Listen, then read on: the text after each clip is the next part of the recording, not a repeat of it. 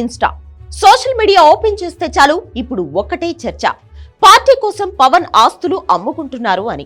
ఎన్నికల ఖర్చుల కోసం 100 కోట్లు సమీకరించే పనిలో ఉన్న పవన్ ఇప్పటికే 20 కోట్లకు ఇల్లు అమ్మేశారు. మరో 2 స్థలాలను కూడా త్వరలో అమ్మకానికి ఉంచబోతున్నారన్న విషయాన్ని డైల్ న్యూస్ ఎక్స్క్లూజివ్ గా బయటపెట్టింది.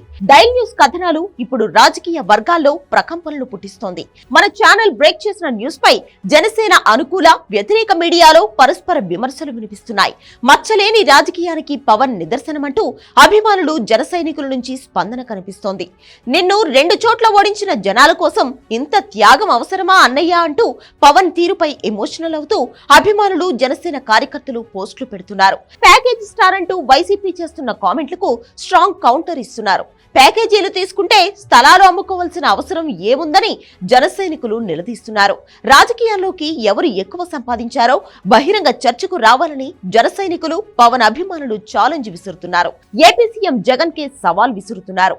2004కి ముందు జగన్ ఆస్తులు ఎంత, ఇప్పుడు ఎంతో పోల్చి చూసే దమ్ముందా అంటూ ఛాలెంజ్ చేస్తున్నారు. అవసరమైతే దీని మీద ఓపెన్ డిబేట్ కు సిద్ధమంటున్నారు జనసైనికులు.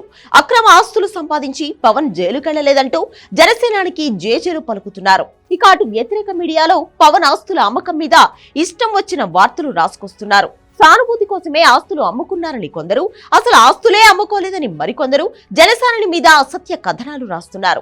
దీని మీద జనసేన కార్యకర్తలు భగ్గుమంటున్నారు. పవన్ అసలు గుణం ఇదే అని బయటపెట్టిన డైల్ న్యూస్ కు థ్యాంక్స్ చెప్తున్న అభిమానులు ఇప్పటికైనా కొందరు దిక్కుమాలిన రాతలు మానుకోవాలని సూచిస్తున్నారు. పేరుకు ముందు గొప్ప అని తగిలించుకుంటే గొప్పవాళ్లు కాలేరని, అవతలి వాళ్ల గొప్పతనం గుర్తించినప్పుడే గొప్ప అవుతారని అంటున్నారు. ఏమైనా డైల్ న్యూస్ కథనం పవన్ వ్యతిరేక మీడియా ఉలిక్కిపడేలా చేస్తుంటే జనసేన అభిమానులను ఎమోషనల్ చేస్తోంది.